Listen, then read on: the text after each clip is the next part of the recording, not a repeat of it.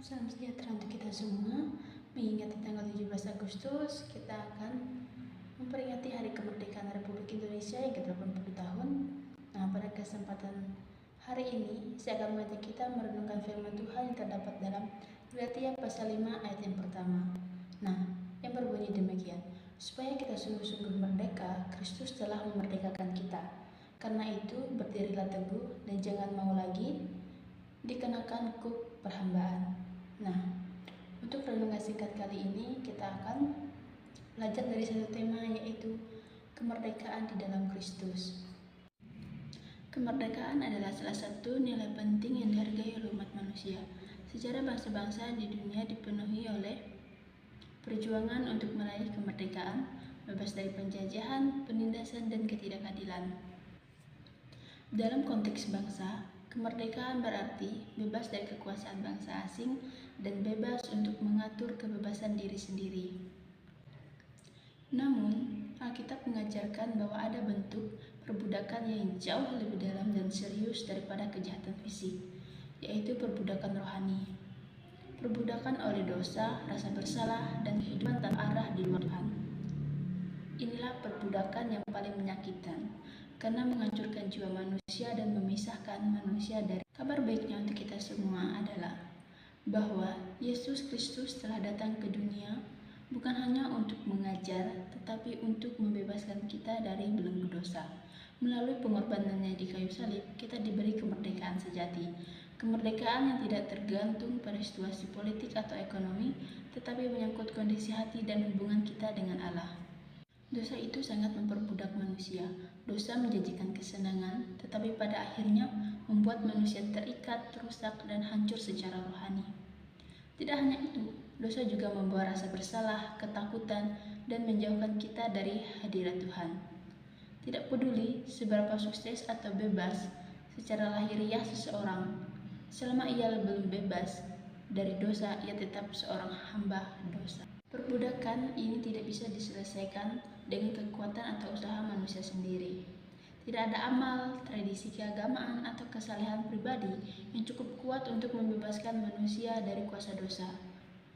Karena apa? Karena kita manusia butuh seorang juru selamat. Dalam Galatia pasal yang kelima ayat yang pertama, dengan tegas menyatakan bahwa Kristuslah yang memerdekakan kita, dan bukan siapapun atau apapun. Yesus tidak hanya mengajarkan tentang kebebasan, tetapi Dia sendiri membayarkan harga dosa kita di kayu salib. Melalui kematian dan kebangkitannya, kita dibebaskan dari hukuman dosa, kita dibebaskan dari rasa bersalah dan kutuk hukum Taurat, dan kita juga dibebaskan dari kuasa maut. Ini adalah kemerdekaan yang bersifat rohani dan kekal. Tidak tergantung pada situasi ekonomi, pemerintahan, atau bahkan kondisi hidup kita saat ini. Banyak orang percaya yang secara fisik berada dalam penderitaan, tetapi secara rohani mereka sangat merdeka dan penuh sukacita karena mereka hidup di dalam Kristus. Kita menerima kemerdekaan dari Kristus, tugas kita adalah menjaga dan hidup dalam kemerdekaan itu.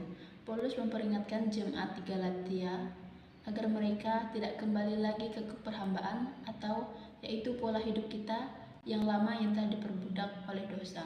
Orang yang tidak sadar akan kemerdekaan dalam hidupnya, mereka akan mudah ditipu oleh dunia. Mungkin mereka akan kembali kepada kebiasaan mereka yang lama atau kehilangan arah hidup karena tidak sadar bahwa Kristus telah memerdekakan. Sejati bukan berarti kita hidup bebas tanpa aturan, tetapi kita hidup bebas dalam kuasa pimpinan Roh Kudus. Nah, kuasa sejati akan mengasihkan. Yang pertama itu ada hidup yang bersyukur, berarti bukan kesombongan.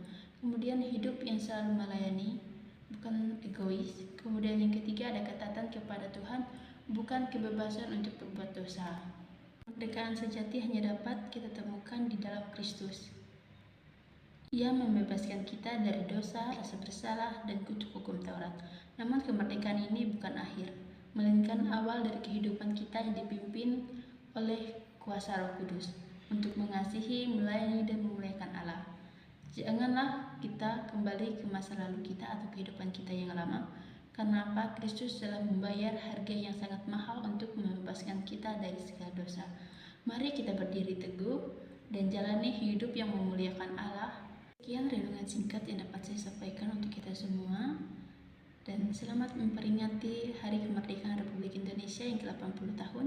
Merdeka, merdeka, merdeka.